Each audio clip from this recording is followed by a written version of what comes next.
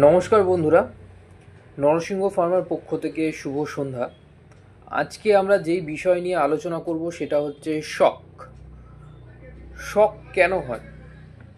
শক হচ্ছে একটা life threatening condition, যেটা হচ্ছে ব্লাড ফ্লো আমাদের শরীরে কমে গেলে এটাও দেখা যেতে পারে, বা অক্সিজেনের পরিমাণ কমে গেলে দেখা যেতে পারে বা হয়।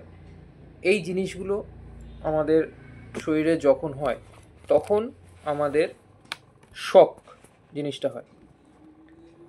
আচ্ছা, শকের কারণ কি কি হতে পারে?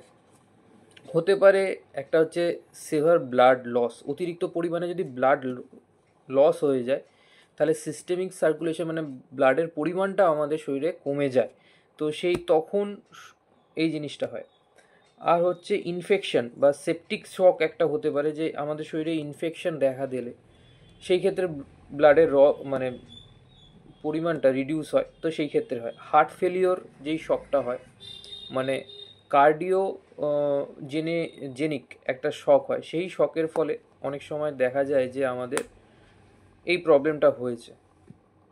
অ্যালার্জিক রিয়াকশানের জন্যও হতে পারে। স্পাইনাল বা ব্রেন ইনজুরি এর ফলেও নিউরোজেনিক শক হয়, যেটাকে বলে।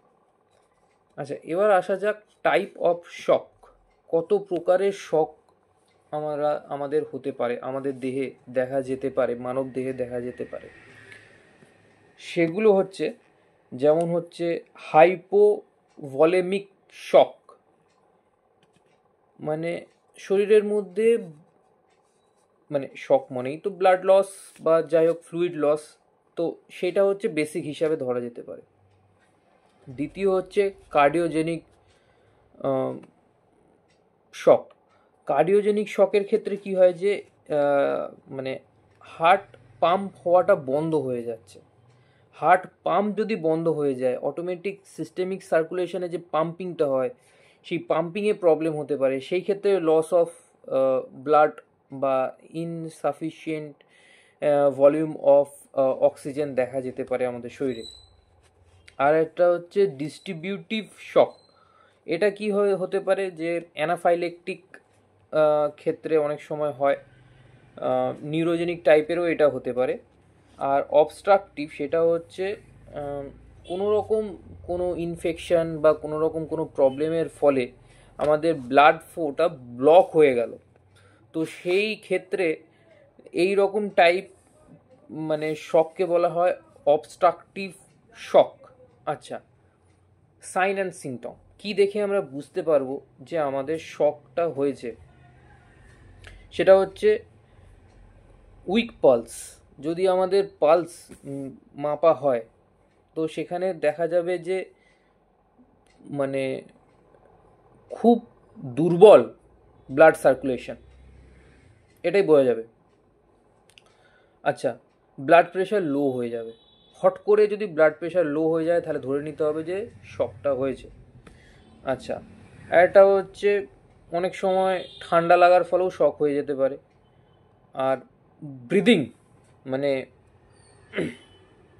অক্সিজেনের পরিমাণটা শরীরে বেড়ে গেল, এর ফলেও শক হতে পারে। ঠিক আছে।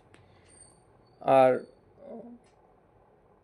রেস্টলেসনেস, অস্থিরতা ভাব, তার ফলেও শকটা হতে পারে।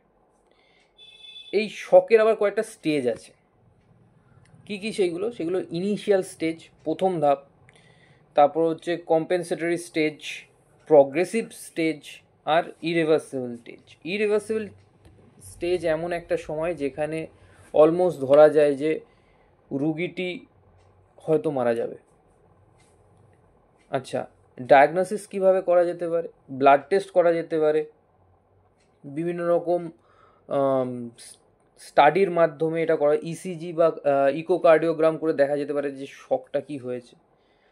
আর মেন ক্ষেত্রে কি হয়েছে, যে ম্যানেজমেন্টের ক্ষেত্রে কি হয়েছে, আইভি ইনজেকশন দেওয়া যেতে পারে। আর ABC মানে এয়ারওয়েজ, ব্রিদিং অ্যান্ড সার্কুলেশন, এগুলোকে ক্লিয়ার রাখতে হবে, আর অক্সিজেন সাপ্লাই করতে হবে। তো এইগুলো মোটামুটি প্রাথমিকভাবে শক হলে, শক কি, শক হলে শকের থেকে আমরা কিভাবে ঠিক করতে পারি, প্রাথমিক একটা আমি ধারণা আপনাকে দিলাম যে আপনার আশেপাশে আপনার বন্ধুবান্ধবদের মধ্যে যদি শক হয়ে থাকে বা কেউ শক পেয়ে থাকে, তাকে শক থেকে কিভাবে বাঁচানো যাবে বা কি দেখে বোঝা যাবে যে তার শকটা হয়েছে। তো এর থেকে যদি বিশেষ কিছুভাবে পেশেন্ট যদি আরও দুর্বল হয়ে যায়, আরও তার অর্গান ফেল হওয়ার চান্সেস থাকে, আনকনসিয়াসনেসটা যদি বাড়তে থাকে, সেই ক্ষেত্রে আপনারা নিশ্চয়ই সেই পেশেন্টটিকে আপনার সামনের কোনো ডাক্তারখানা বা কোনো হসপিটালে ভর্তি করে দেবেন, যাতে সেই রুগীটি বাঁচতে পারে। তো এই রকম ভিডিও পেতে আমার চ্যানেলটিকে সাবস্ক্রাইব করে পাশে থাকা বেল আইকনটিকে প্রেস করে দেবেন। শুভরাত্রি।